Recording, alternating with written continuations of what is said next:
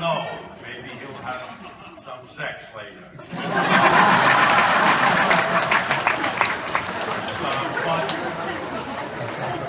when the script came, my first instinct was, oh, I don't know, I want to make a movie about LBJ. But the more I thought about it, the more I reflected on the experiences that I had had, like I say, in government and public policy, I said, you know, this guy was much more complex than I had thought. And I had read most of the Carroll books. And when I read a book by Doris Kearns Goodman, who wrote a biography, she had worked in the White House and had worked with Johnson down in Texas on the biography. There were a couple of things in there that struck me. As effective as he was as a legislator, he was also incredibly insecure. There were two things that I picked out of there. One was that he had a recurring dream of being paralyzed. He was in a wheelchair and saw himself as being paralyzed, had this dream over and over again.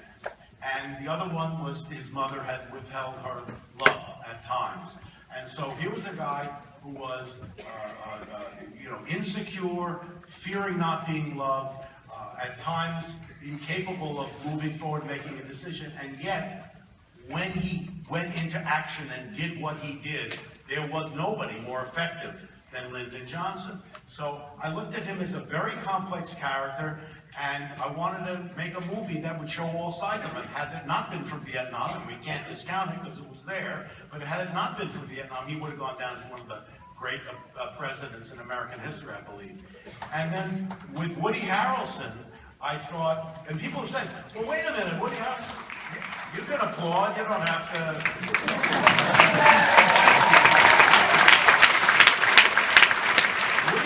Woody Harrelson, aside from the fact he's from Texas, also has humanity. He brings humanity to every character. What? Is there somebody that didn't believe that?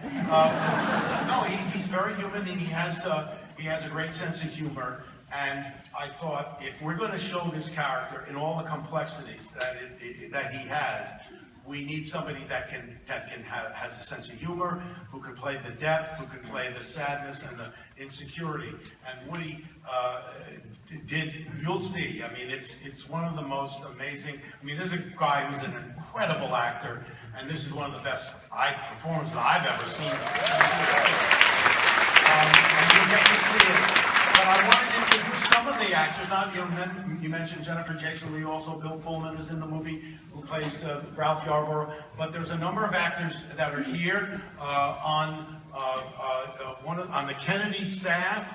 We have Rod Steinberg is here. We have playing also LBJ's assistant is Kate Butler. We have also two of the Kennedys.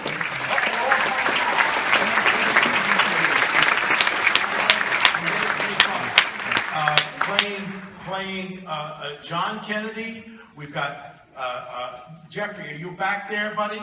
Jeffrey? Where is he? There he is.